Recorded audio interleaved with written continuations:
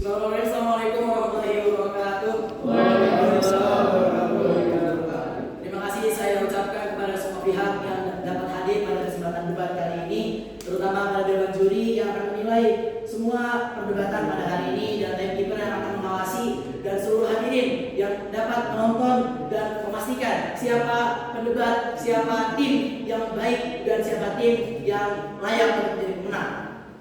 Saya perkenalkan diri terlebih dahulu bahwasanya nama saya adalah Muhammad Azam, selaku pembicara ketiga dari tim pro pada perdebatan kali ini, berasal dari Madrasah Aliyah Husnul Khotimah. Saya akan memberikan bidas argumen yang telah diberikan oleh tim kontra. Yang pertama dari pembicara satu tim kontra mengatakan bahwasanya remaja adalah 15 sampai 24 tahun. Namun yang kita tekankan di sini bahwasanya hukuman penjara diberikan oleh remaja dan itu tidak efektif karena status quo dan kasus yang terjadi pada Indonesia sekarang adalah anak di bawah 18 tahun tidak bisa dipenjara dan dapat direhabilitasi sebagai solusi yang kami berikan. Dan yang kedua adalah pembicara satu tim kontra mengatakan bahwa emosi harus dikendalikan. Terima kasih karena dari argumen Anda bisa kami bawa sebagai penguat argumen kami, karena emosi harus dikendalikan, dan jika anak tersebut atau remaja tersebut dimasukkan ke penjara dan bersama orang-orang yang melakukan kejahatan, bersama komunitas-komunitas yang melakukan kejahatan, maka emosi anak tersebut akan tidak bisa dikendalikan. Lalu saya akan bidas argumen dari pembicara kedua. Yang pertama, Anda mengatakan bahwasannya pelaku-pelaku kejahatan tidak bisa untuk dilepas begitu saja. Namun kami mengatakan bahwasanya pelaku-pelaku tersebut memang tidak dilepas begitu saja, namun bisa direhabilitasi, karena rehabilitasi dengan penjara itu sebuah hal yang berbeda. Karena pengertian dari penjara adalah penghukuman dan rehabilitasi adalah pendidikan. Namun dan Anda argumen dari pembicara kedua mengatakan bahwasanya remaja untuk mendapatkan masa depan yang gemilang membutuhkan bimbingan. Dan jika pelaku kejahatan melakukan sebuah kesalahan, maka dia bahkan akan mendapatkan bimbingan di rehabilitasi seperti solusi-solusi yang akan diberikan, yaitu rehabilitasi. Karena sekali lagi kami tekankan bahwa rehabilitasi, mohon maaf, karena rehabilitasi berbeda dengan penjara.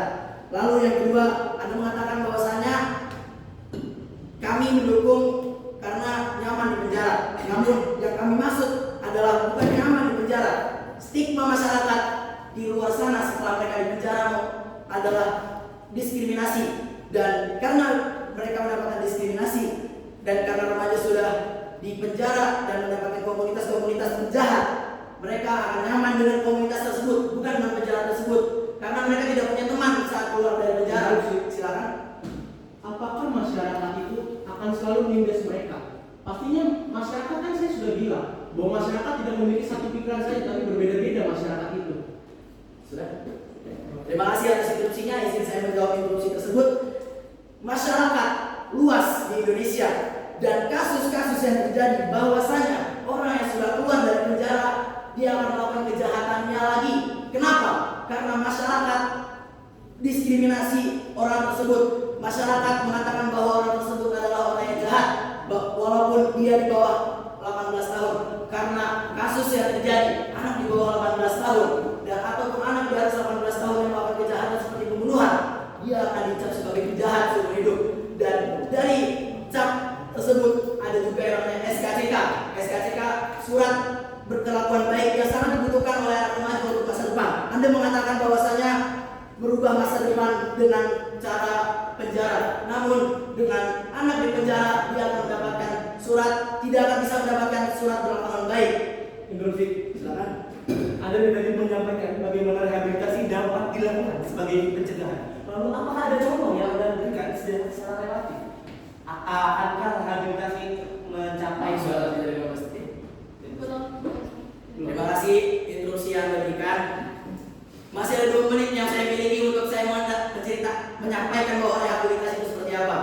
Rehabilitas adalah sebuah pendidikan yang di sana memang menampung orang-orang jahat, mereka yang mempunyai kejahatan seperti pembunuhan, mereka yang pembunuhan kepada teman sendiri ataupun pengidap narkoba. Dia akan diberikan pendidikan, bukan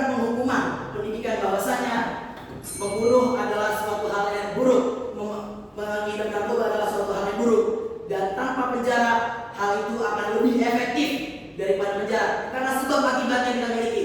Sebab jika anak tersebut atau remaja tersebut dimasukkan ke penjara, akibatnya stigma dan diskriminasi dari masyarakat. Itu akan memperburuk kondisi remaja tersebut. Lalu saya ingin menekankan apa yang telah diberikan oleh pembicara satu dan pembicara dua tim saya. Yang pertama adalah kejahatan berat, yaitu adalah pembunuhan, pemerkosaan, dan argumen yang kami bawakan adalah stigma buruk, dan yang kedua adalah efektivitas jangka tertentu.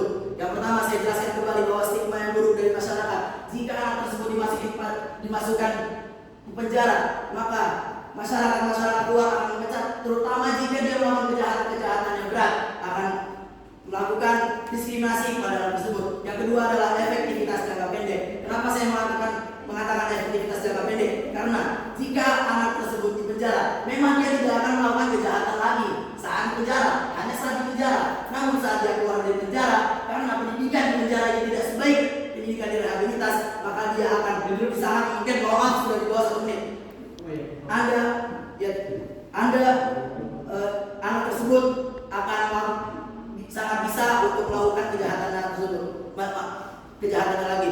Dan solusi yang kami berikan adalah rehabilitas sebagai pendidikan bahwasanya kejahatan tersebut adalah sebuah kesalahan dan tidak untuk diulangi lagi. Dan jika anak tersebut direhabilitas, maka masa depannya akan terjamin karena dia mempunyai relasi-relasi yang banyak di rehabilitas tersebut. Terima kasih. Wassalamualaikum warahmatullahi wabarakatuh. Waalaikumsalam.